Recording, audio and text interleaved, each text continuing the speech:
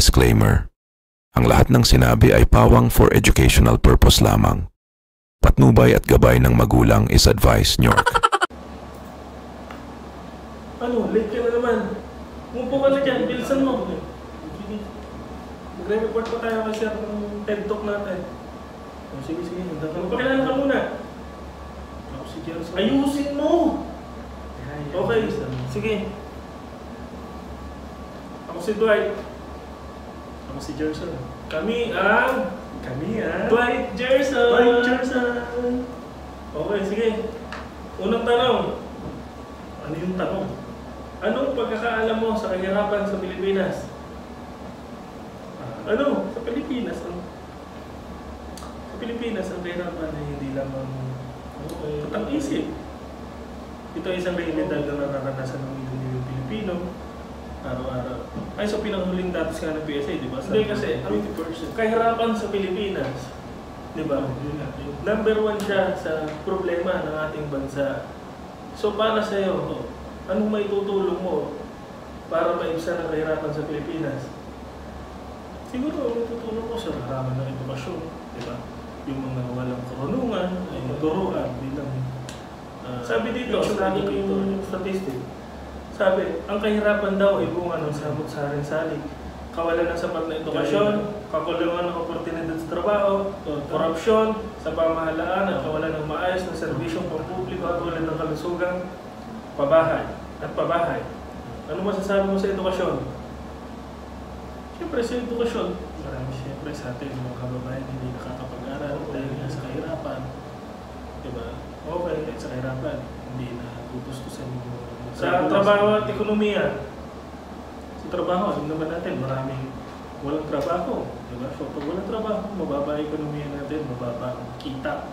So, talagang hindi may iwasan yung kahirapan doon kasi korupsyon. Alam mo naman, naghanap sa ating bansa ang korupsyon. Marami dyan, takamang talaga. Ginagamit ang kaban ng bayan para sa pangsalilang interes. Kung ikaw ang nasa posisyon, anong gagawin mo para maibsan ang kahirapan? No, siyempre, kung nasa posisyon ako, maglalabas ako ng mga magagandang programa para sa ating bayan na talagang makakatulong sa kahirapan.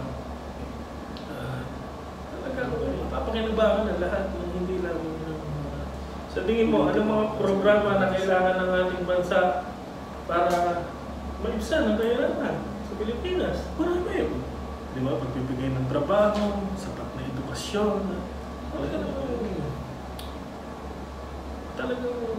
kaya naman natin yan. Sana kung wala yung mga kurap na politiko na yan. Pwede ka bang magbahagi ng sarili mong istorya tungkol sa kahirapan? Istorya lang. Kita mo sa mga kalsada, daanan natin. Bata pa lang tayo, di ba? Talagang naranasan natin yan. Kahirapan. Minsan hindi tayo nakakain. Minsan ano lang yung nandiyan sa lamesa natin. Di ba? Yun lang yung pinakain natin. Sabi dito, ang kahirapan ay isang realidad na nararanasan ng mga milyong Pilipino araw-araw. Ayon sa pinakahuling datos ng PSA o Philippine Statistics Authority, mahigit 20% ng populasyon ang nabubuhay sa ilalim ng kahirapan. Ikaw, masasabi mo bang mahirap ka? Sa paanong paraan? Siguro, siyempre, hindi naman natin nabibili lahat ng gusto natin. Iba tayo. Mahirap pero nakakaraos. Ganun tayo. Diba? Hindi naman tayo sobrang hirap katulad ng iba natin ngayon. Bilang estudyante pa lang, o tayo, ano ang maipapayo mo sa ating mga kapwa estudyante upang makatulong sa kahirapan nararanasan natin dito sa Pilipinas? Siyempre, anong maitutulong sa atin? Anong maiaambag mo? Oo, tama. Maiaambag mo. Siyempre, bilang estudyante, dapat mag-aaral ka ng mabuti. Para pagdating ng panahon, pagganap ka ng teacher, maituro mo sa mga bata kung ano ba ang dapat matutunan. Diba? As a future educator, responsibility natin sila, ano ba sila sa inaarap. Diba? Hindi naman basta-basta.